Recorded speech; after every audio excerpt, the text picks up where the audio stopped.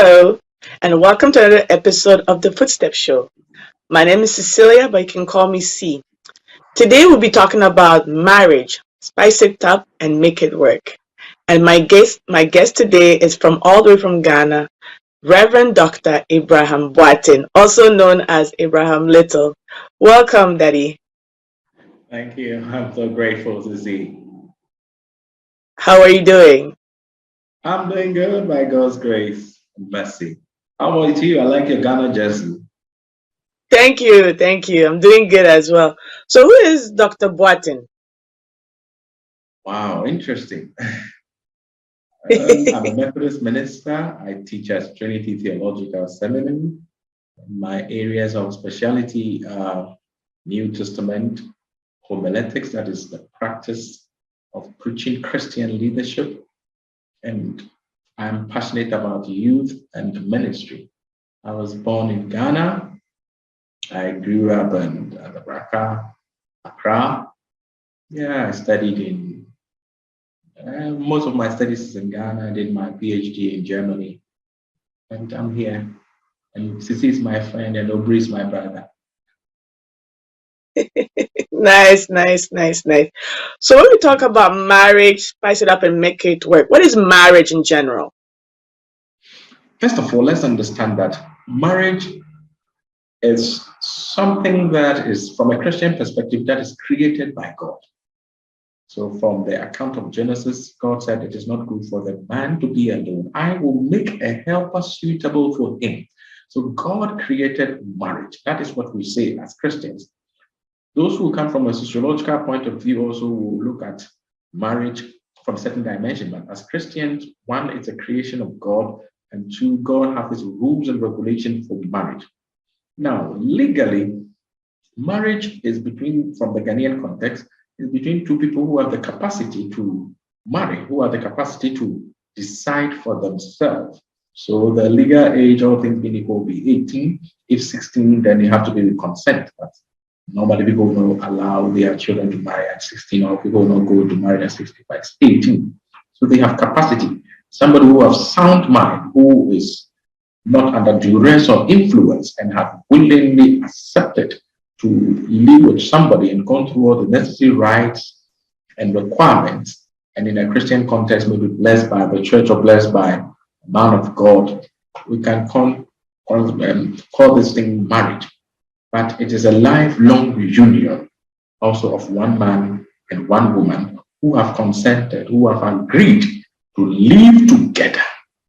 So that is some ideas. There are several perspectives to marriage. There are some ideas I will add to what is marriage. Okay, so can you mention maybe one or two perspectives in regards to marriage? Okay, in the contemporary setting, what is marriage is difficult to define. For those who are in North America and Europe, the people will tell you that, oh, marriage is between a man and a man, marriage between a woman and a woman. But we are saying that as Africans, and from where we are coming from, we know that marriage is supposed to be between a man and a woman who have consented and agreed. And again, there are perspective of marriage for socioeconomic reasons. So you meet people who are married, like you know better, married in America, they are husband and wife on paper.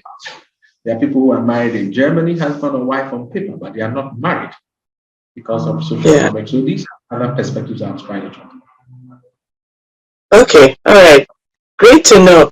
So I know we're talking about marriage, you've been married for so long. So, and let's say someone's marriage is getting boring. So how can you make it, spice it up? How can you spice it up in the marriage? Very good. First of all, let's be mindful that marriage is work. It's a lot of work. It's a process. So most young people will only look at the event of marriage. And it's unfortunate that people look at the event of marriage. Marriage is not an event, it's a process. It's a lifelong union of one man and one woman who have agreed. How do we spice marriage? Maybe you will tell me I'm married, my marriage is not working, my marriage is not as I wanted, or whatever reason. Let's be mindful that to spice it, it's dependent on the individuals involved. Make your mind that this is my marriage. I will invest in it so I reap from it. If you don't invest in marriage, you don't reap from marriage. Basically, that is it.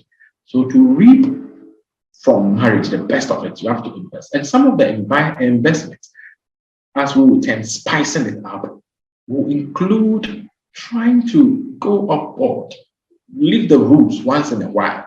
So maybe you try to go outside the house once in a while, have some fun together.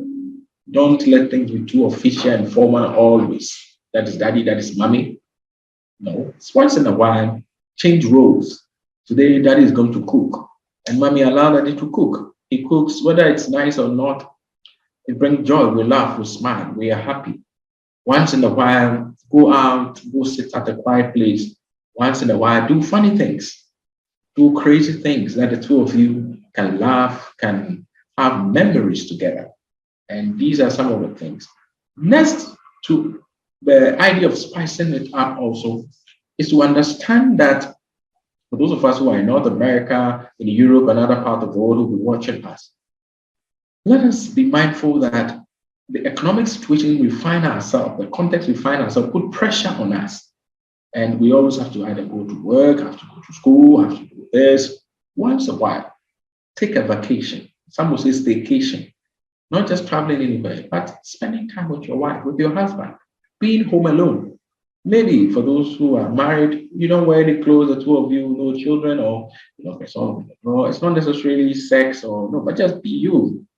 Choose to do upset things sometimes, the two of you only. And these and many more are some of the things we can use to spice our marriage.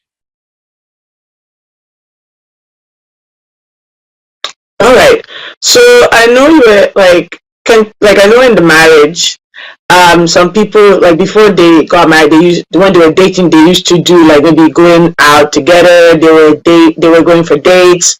So should they stop once they get married because some people use excuse because they have kids or they don't have time? But can they still do what they used to do as when they were dating before they got married? Great. There's I've been doing a program, Love Like Sobolo. Love Like Sobolo. Mm-hmm. And the dimension is that love, there is a perspective of ginger in Sobolo. There's a perspective of pepper in Sobolo. There's a perspective of other secret spices in Sobolo. So for you to have a great taste of Sobolo, you need all the bitter, the sweet, and all the parts. When you were dating, you were going out, you were spending time with one another. Now the reality steps in. This is marriage. We have to continue, like I said earlier, and find time for ourselves in the day. So maybe you are working 8 hours. It doesn't cost anything to take a telephone like I'm having here. Write a message. Let me do an experiment to my wife. Let me write now, maybe send her an audio. So to spice it up. So yeah, I'm sending my wife audio. Hey, I do I need to send my phone myself here. That is it. She hears it and boom. If we have the opportunity to go out, let's go out in the evening, spend time. Leave the children with their auntie, with their mother, with their grandmother, with somebody. Go out once a while. Buy ice cream. It's not something that's supposed to be expensive. Buy even a bottle of water. Walk on the street. Drink it together. Watch the birds. Watch the sky. Do things that you were doing before. That is why I said that marriage is a process. It's never an event. So we have to reorient our mind and understand that it is a process. And what you started, the process you started during dating must continue. And we must find time. Yes, some things will decrease. Some things will come down, but we must maintain certain things, like doing things together, making time for ourselves, making time for the man, for the woman. Even when they are children, the children should not take the place of the beauty of the marriage. The children are an addition. They are a blessing. They are a blessing from God. And the wife and the husband constantly go out, try to eat out, try to go to church together, try to walk together, try to do things, go shopping together. After all, I heard a Pentecost pastor the other say, if you're a man and your wife does not chop your money, why are you making money? Make money, let your wife spend some, give her some money for shopping, go with her, buy some things, and stuff like that. So we should continue. We should not stop with marriage. Because we're married, we don't go out to buy ice cream. We are not saying go every day. Because now we have a budget, we have a family, we have mouth to feed, we have children to school fees and bills to pay. But once in a while, let's go out and buy pizza, let's go out and eat in a Ghanaian restaurant, let's go out to visit somebody, do something together. That's what I was saying basically. All right. So why do you think, in your opinion, why do people take marriage as an event and not as a long life process? Thank you so much, my sister. You know, the world we are in now is a world where things are so, some will say superficial and so catchy and attractive. So you go to Facebook, you go to Instagram, you go to all the Twitter, all the social media handles, and what people post. People will post the event, wedding day, like bridesmaid, 3 bridesmaid, 4 bridesmaid, 5 groomsmen. The cake was from the sky falling down, the decoration, the decor, they were in a limousine. Those are nice, those are beautiful. That is unfortunately where the concentration for most of us, or most young people, is. But people forget that living together, coming together from different sources, is like 2 pieces of wood, bonding them with glue. It's not easy. Marriage becomes a glue. That is a deal.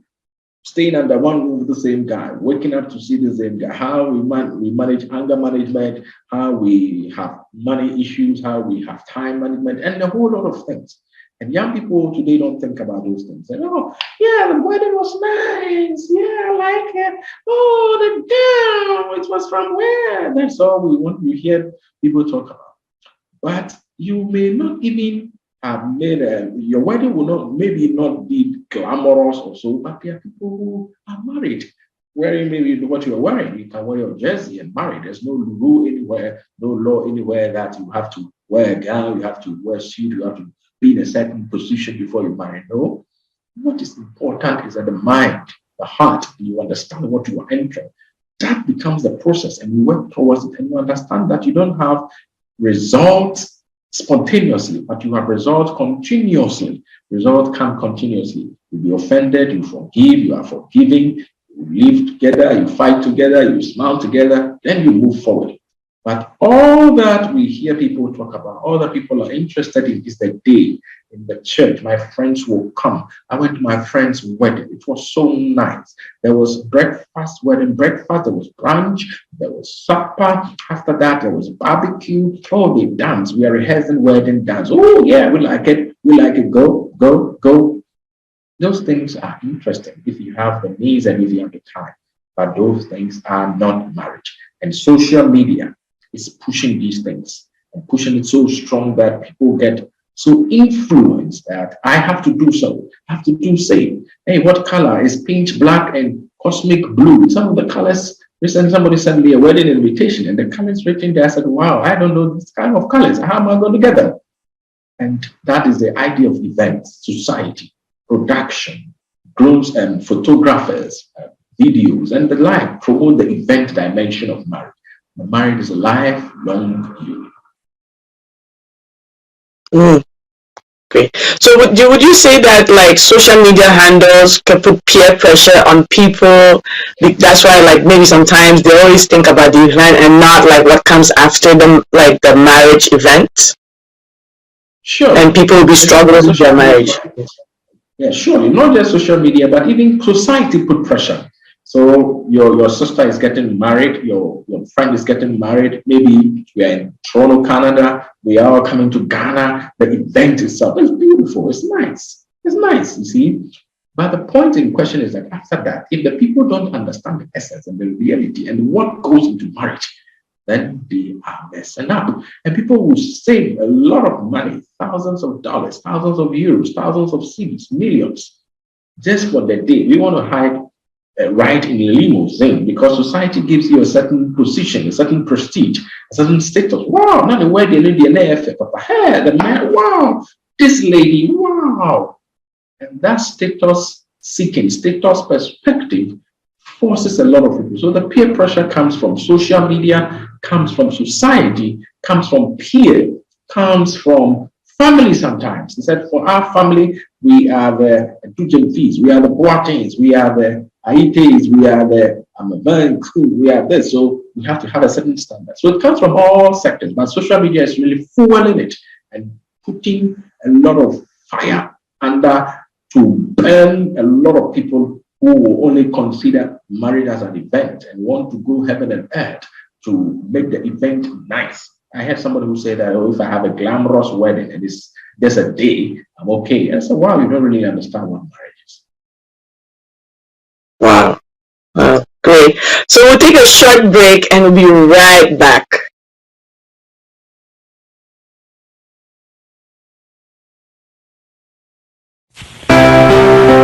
Are you an African parent who is looking to engage your child in an educational program? Africanada Hub is a non-profit organization that aims to elicit the creative and leadership skills in the Black child. Register your child today in our ongoing book clubs and leadership programs by calling or texting 416-939-0530 or by visiting our website at www.africanadahub.org. Africanada Hub.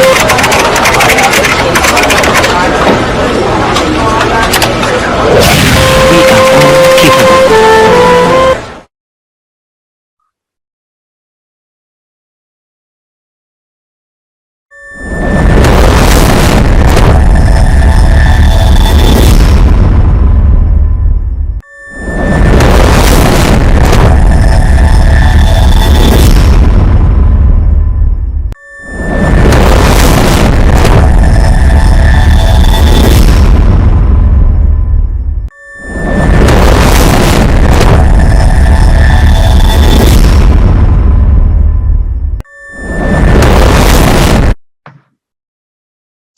So welcome back to another episode of Footstep Show.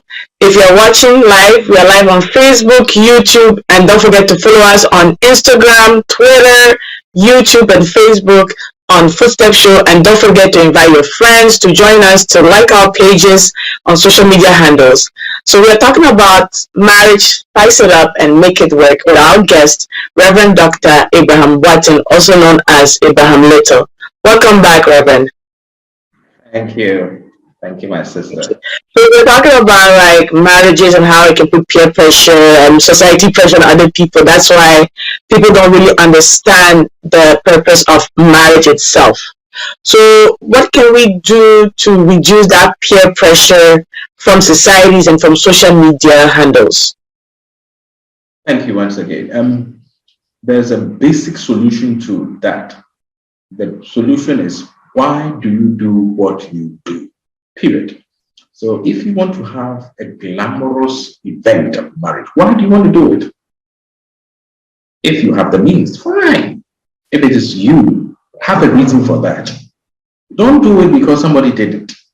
Somebody had 5 bridesmaids, so I also have to have 6 bridesmaids, a competition. Have a reason for what you do.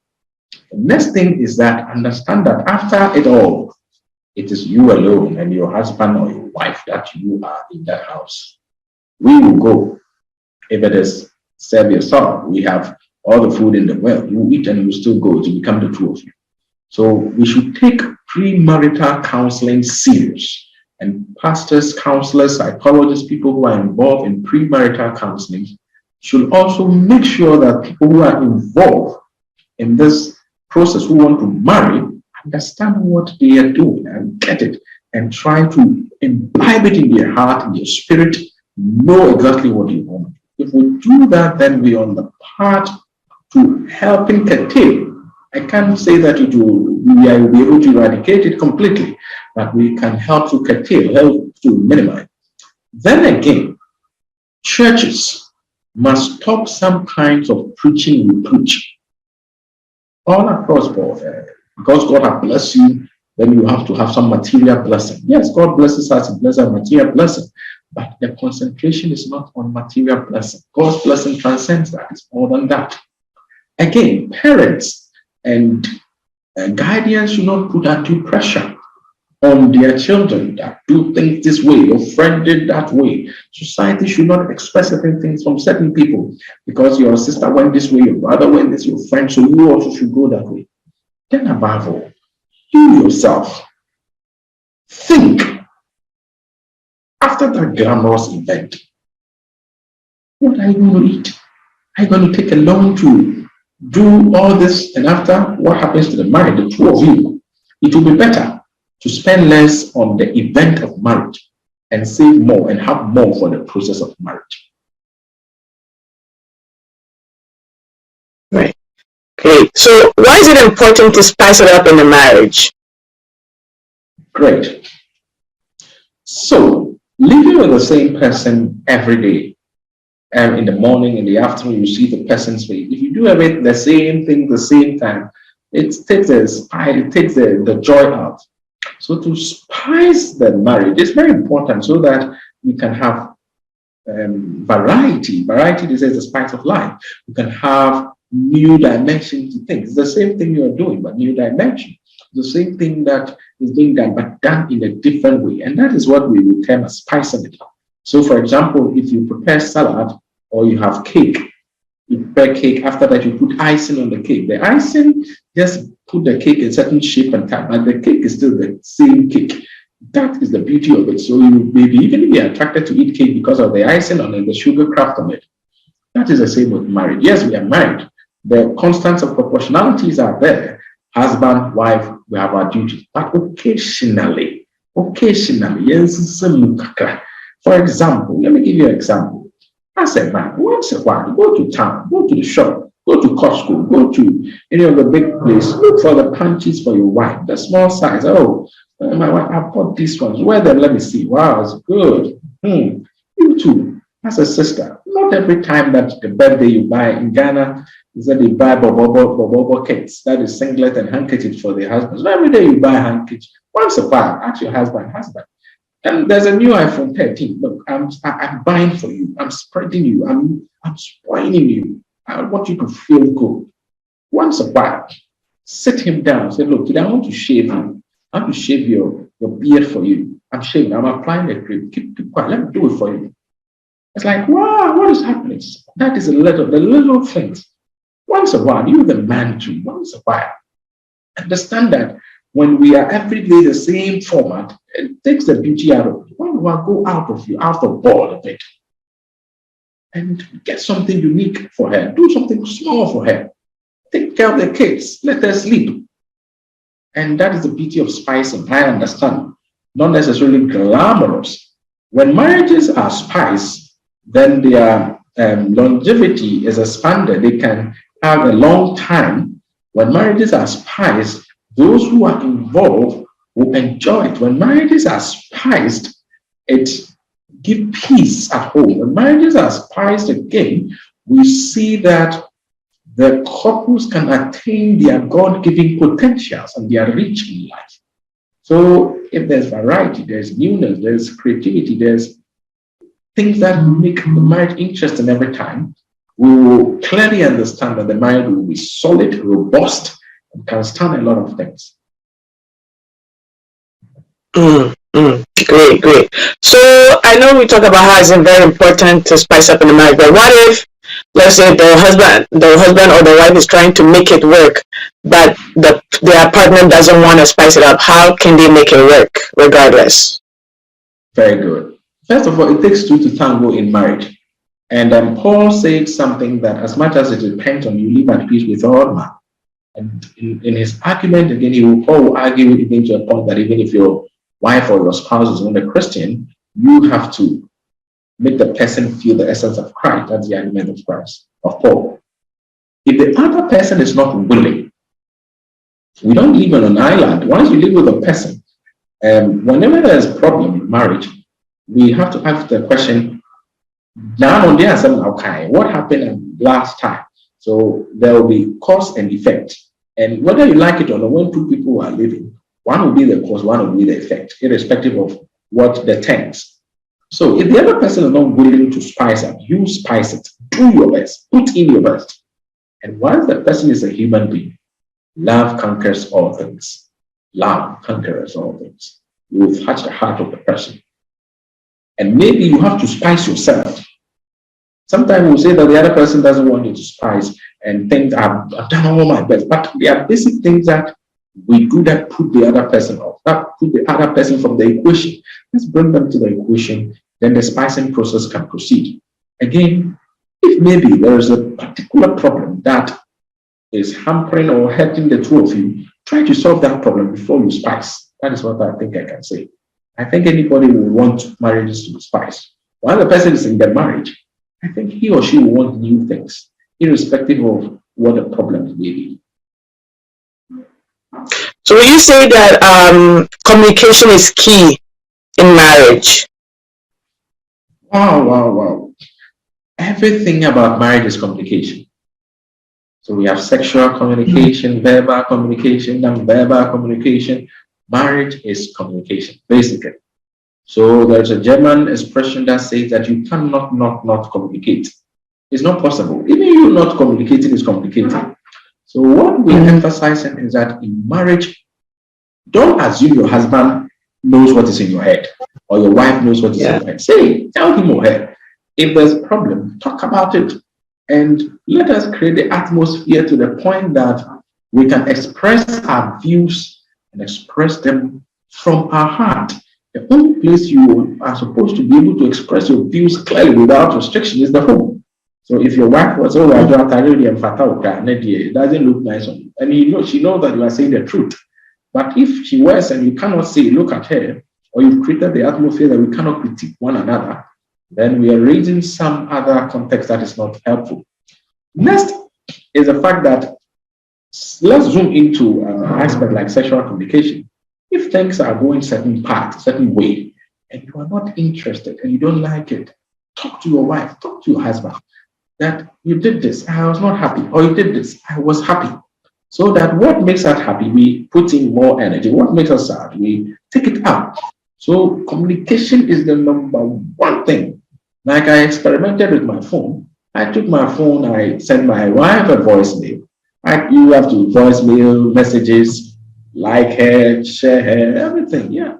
So I have contemporary means of communicate, physically communicate. So it's very, very important. It helps in this past. Right, great. So from all of these, what lessons can we learn from everything that we've said today? Okay. First of all, let's be mindful that marriage is work. Marriage is work. Secondly, don't enter into marriage when you are under duress or when you are forced. Enter into marriage because you know what you are entering. Have all the information before you enter into marriage. Third, don't marry because of any other reason than for companionship. This person I can stay with. I understand the person. I can bond with the person. Next is to understand that if you don't work at your marriage, the marriage will work against you or it will work at you. What do I mean that if you don't work at your marriage, it will work at you? If you don't have peace at home, you are not productive. It's working at you. If you don't have peace at home and you are not enjoying your marriage, you can't concentrate, you can't achieve your life-giving goals. Even if you're a Christian, you can't have sound mind to serve your God. So if you don't work at it, it will work against you. Then in the little things, salt is not a majority constituent element or ingredient in the soup. It's just a little piece. Spices are just little, and they bring the glamour, they bring the joy to the soup or the stew or the food. What we're saying is that little thing going out, buying gifts, saying hi out of your busy schedules, trying to let a person feel important, trying to go on a date again. The other day I was suggesting that try to date your wife, date your husband as you are married. Try to do crazy things with him or her. And that will help the marriage to move from grace to grace. Then let's understand that marriage is a process, never an event. Great. So what can the church do? I know before getting married, you have to go through pre-marital counseling. So what can the church do to help to avoid all these extravagant weddings and where people will suffer afterwards in their own marriage? Like you said, after everything is done, it's between the husband and the wife at home alone. So what can the church do? Okay. I think churches, I know in Ghana, one, continue to preach about the essence of marriage, teach members about the essence of marriage. Church must also, in some positions, when it is able, I know in Kumasi there are certain churches, I know in the Methodist context, where the church itself have, like the Susanna Wesley Mission, have things, they will come and decorate the church for you, they will do things, get involved. So it's a communal thing. So if it's possible, the church provide the lead. And when the church is providing the lead and help and assistance in some of these things, they do not go extravagant. Churches should also be mindful that, make members aware that it is not proper to take loan to have a marriage, a glamorous marriage. And we should teach that marriage is between two people. All you need for a wedding, I know in the church circles context in Ghana, all you need for a wedding are two witnesses from the man's side, two witnesses from the woman's side, and the people involved. Basically, this is what we need. Let me share this practical thing with you. Maybe it can help us watch a particular church. I will not mention, I don't have a person's permission to mention the name, but somebody whose father was an international person, worldwide, somebody who had a lot of money, did wedding at where Trinity United Church some long time ago as I was student here. And people from all walks of life were here. Well, it was a grand wedding, lots of people. When they had finished the service, in front of the church there were glasses and there was wine on a small table. So, the couple just came out, poured this into the had a toast, drank it, and the man, thank you all for coming to support us. We are so grateful. We love you. They sat in the car and moved. So people like Speaker Ghanaian, like the reception, yeah, anyway, I'm going to be attempted, so they are home. They are gone. Huh? Rich man wedding. Is that what you do? They were gone. And they had the capacity, they had the means, they were gone. And people who had come with their stomach, come with their perspective, were there, waiting, and there was no announcement. And that is one beautiful wedding I have gone to. I have also officiated a marriage between a soldier and a wife. And there were only about 20 people in the church. They had the means to do everything, but they said, look, we understand, we just want to be. And they are living until now, happily married. They are thinking about 3 children. The baby will be named on the 23rd of October. Final example, in my first church, in the Wesley Cathedral in Accra, there was a grand wedding, grand of grand, everything. And the marriage did not last 3 months. After all, the lady was even riding a horse. There was platinum ring. There's this, there's that. All the grand of grand. It tells us that if we don't know the purpose, the function, the reason for the thing, and we just follow life's trend, we'll be heading into a difficult ditch. Maybe you are married and you're asking me, what type of marriage am I in? Begin to reorient yourself and think about ways. Ask yourself the question, what do I do wrong? What do I do wrong? Or what is my contribution to the problem in my marriage? If you begin to ask yourself this question and begin to seek answers, to every man, every woman who are married, always ask yourself this, what do I do wrong? And as you find answers to this, you begin to spice the marriage. Great. So can we talk about Love Like Sobolo, your show that you do on Thursdays? Wow. Love is like Sobolo, love like Sobolo, love like Sobolo. We thank God. It's an interesting program, a concept that God laid on our hearts to follow after we have prayed for some time. A lot of people have issues in relationships, issues with love, has issues with marriage and all of that. In Love Like Sobolo, the concept, like I said earlier, is to look at all the facets of love, all the context of love. We have done 3 episodes so far. The first episode was capacity to love.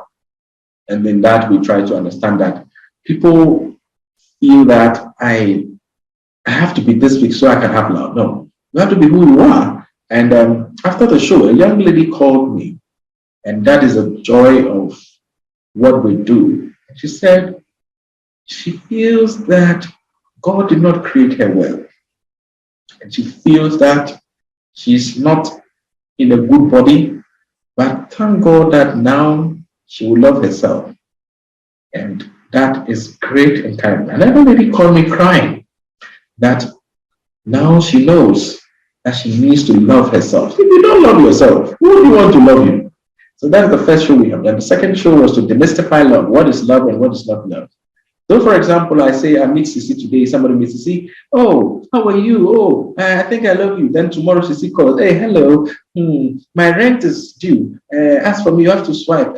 My car is broken. It's like, oh, the thing was yesterday. Today, you are about love. It's not like transaction that we are. It's not Momo love like we have in Ghana. We call Momo love. We just people start, young people, I love you, and then it turns to fulfilling or things that even the girl's father cannot do for her. Then you have to do all in the name of so-called. So we demystify love.